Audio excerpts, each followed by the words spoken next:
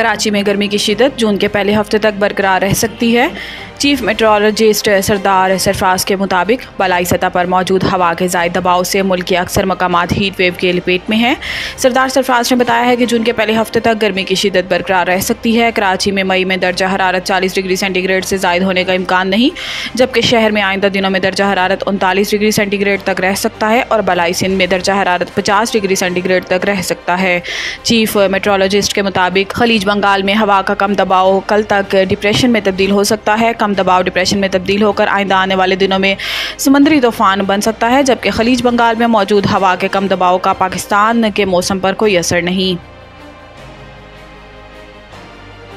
चीनी की कीमत में इजाफा किसी सूरत कबूल नहीं। वज़ीर-ए-आज़म शहबाज शरीफ की ज़ेर सदारत ख़ुसूसी इजलास हुआ, जिसमें चीनी की बरामद से मुतल्लिक़ मामलात का जायज़ा लिया गया। इजलास में वज़ीर-ए-आज़म को ब्रीफिंग देते हुए बताया गया है कि चीनी बरामद ना हुई तो आइंदा सीज़न में शुगर मिल्स दिवालिया हो जाएंगी और आइंदा सीज़न में 40 शुगर मिल्स बंद हो जाएंगी। ब्रीफिंग में बताया गया है कि शुगर मिल्स ने रवां सीज़न गन्ने की काश्तकारों को 800 अरब में से 760 अरब रुपये अदा किए। शुगर मिल्स ने रवां सीज़न काश्तकारों को अब भी 40 अरब रुपये अदा करने हैं। चीनी बरामद ना हुई तो शुगर मिल्स नवंबर में क्रशिंग नहीं कर सकेंगी। वज़ीर-ए-आज़म को बताया गया है कि इस वक्त मुल्क में 15 लाख टन चीनी इजाफी है। 5 लाख टन एक्सपोर्ट की गई तो 26 करोड़ डॉलर हासिल होंगे। वज़ीर-ए-आज़म शहबाज शरीफ का इस मौका पर कहना था कि चीनी की बरामद का फैसला इक़्तिसादी राब्ता कमेटी करेगी। इक़्तिसादी राब्ता कमेटी चीनी के स्टॉक और आलमी मार्केट का जायजा ले। मुल्क में चीनी की कीमत में इजाफा किसी सूरत कबूल नहीं। शुगर मिल्स पूरा साल 140 रुपये एक्स फैक्ट्री कीमत फराहमी को यकीन दहानी कराएं।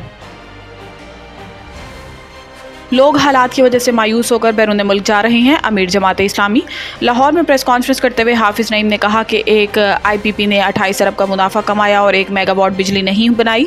IPPs को 1800 अरब रुपए अदा किए गए। 9000 मेगावाट वो बिजली है जिसकी कीमत कौम अदा करती है लेकिन इस्तेमाल नहीं करती। IPPs के मुआहदे को रिवाइज क्यों नहीं किया जाता? अमीर जमात इस्लामी ने कहा कि लोगों ने इन हालात में मायूस होकर सोलर पैनल लगाए। अब नेट मीटरिंग ख़त्म करने और सोलर पैनल्स पर मजीद टैक्स लगने की बात हो रही है। इंडस्ट्री किस तरह चलेगी जब बिजली इतनी महंगी होगी? लोग इन हालात की वजह से मायूस होकर बैरून मुल्क जा रहे हैं। हाफिज नईम का कहना था कि एक मखसूस तबका अपने असासे जाहिर नहीं करता और पाकिस्तान की दौलत बात देकर जा रहा है। दुबई प्रॉपर्टी लीक्स पर सुप्रीम कोर्ट को इंक्वायरी करनी चाहिए। जिन्होंने अपने असासे जाहिर नहीं किए, इलेक्शन कमीशन इन्हें नाअहल करे।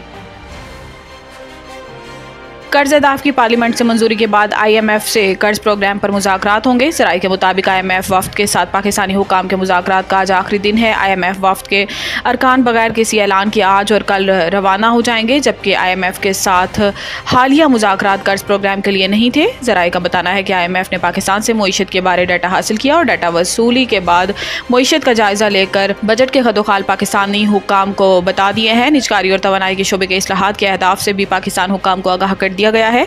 अगले साल के लिए टैक्स वसूलियों और FBR इस्लाहात के लाहे अमल पर भी आगाह कर दिया गया है।